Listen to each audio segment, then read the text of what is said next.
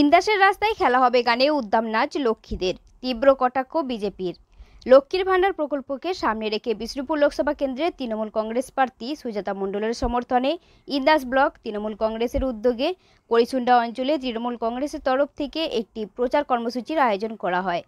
এদিনে নির্বাচনী প্রচারে প্রতীকী লক্ষ্মী তৈরি করে সাধারণ মানুষের নজর কাড়ে তৃণমূল কংগ্রেস নেতৃত্ব। প্রচার কর্মসূচি শেষে দেখা যায় খেলা হবে গানের তালে উদ্দাম নাচ করছে প্রতীকী লক্ষ্মীরা। আগামী 25শে মে বাঁকুড়া জেলায় ভোটগ্রহণ প্রক্রিয়া অনুষ্ঠিত হবে। বিষ্ণুপুর লোকসভা কেন্দ্রে তৃণমূল কংগ্রেসের তরফে প্রার্থী হয়েছেন সুজাতা মণ্ডল। তার সমর্থনে এদিন ইন্দাস ব্লকের করিসুন্ডা অঞ্চলে একটি নির্বাচনী প্রচার কর্মসূচি অনুষ্ঠিত হয়। তৃণমূলের এই কর্মসূচিকে তীব্র কটাক্ষ করতে ছাড়েনি বিজেপি। ইন্দাস ব্লকের মধ্যে করিসুন্ডা অঞ্চলে দশরবাটি থেকে শুরু করেছিলাম, বাঁধের পাড়ে আমরা মিছিলটা শেষ করেছি। বিভিন্ন উন্নয়নকে আমরা তুলে ধরার চেষ্টা করেছি। লক্ষ্মী ভান্ডার থেকে শুরু করে কৃষক বন্ধু থেকে শুরু করে বিভিন্ন যে প্রকল্প, কন্যাশ্রী, রূপশ্রী, স্বাস্থ্যসাথী কার্ড, এই সমস্ত প্রকল্পকে তুলে ধরে আমরা সুন্দর একটা র্যালি, আমাদের অবজারভার প্রদীপ চক্রবর্তী মহাশয় তিনি এসেছিলেন এবং আমাদের সংখ্যালঘু সেলের প্রেসিডেন্ট হাবিবুর রহমান এসেছিলেন। তাদেরকে নেতৃত্ব করে আমরা প্রায় 2.5 কিলোমিটার থেকে 3 কিলোমিটার আমরা পথ অতিক্রম করেছি।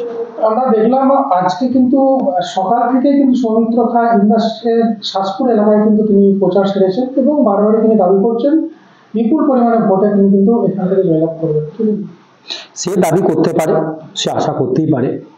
তার র্যালির মধ্যে, তার জনসমর্থনের মধ্য দিয়ে মানুষ বুঝতে পারছে, সে নিজেও বুঝতে পারছে, কিন্তু এখনই হার স্বীকার করছে না। রেজাল্টের পর দিন হার স্বীকার করে ফেলবে। আমরা দেখতে পাচ্ছি যে আপনার প্রতিটা মিছিলের সামনের দিকে কিন্তু লক্ষ্মীর ভান্ডারের যে মহিলারা রয়েছে, যারা লক্ষ্মীর ভান্ডার পাচ্ছে, তারা কিন্তু হাঁটছে এবং সেটাকেই কিন্তু আপনারা হাতিয়ার হিসাবে এখনো পর্যন্ত আমরা দেখতে পেলাম, সেটাকেই নিয়ে কিন্তু মিছিল করছে। তাহলে কি বলা যেতে পারে এটাকে কি হাতিয়ার হিসেবে ব্যবহার করছে? অবশ্যই আমরা দিদির 70-এর অধিক যে প্রকল্প আছে, প্রত্যেকটা প্রকল্পকেই আমরা হাতিয়ার করছি। কিন্তু এই লক্ষ্মী ভান্ডার আমরা বেশি করে হাতিয়ার করছি, তার কারণ হচ্ছে মমতা বন্দ্যোপাধ্যায় এই মধ্যবিত্ত এবং তপশিলি সম্প্রদায়ের মানুষ, আদিবাসী সম্প্রদায়ের মানুষ, অর্থাৎ যারা দারিদ্রতা সীমার নিচে বাস করে, তাদের কথা যে ভেবেছেন এবং তাদের যে কতটা এটা কাজে লাগছে, সেই উচ্ছ্বাস দেখলেই আমরা কিন্তু বুঝতে পারছি।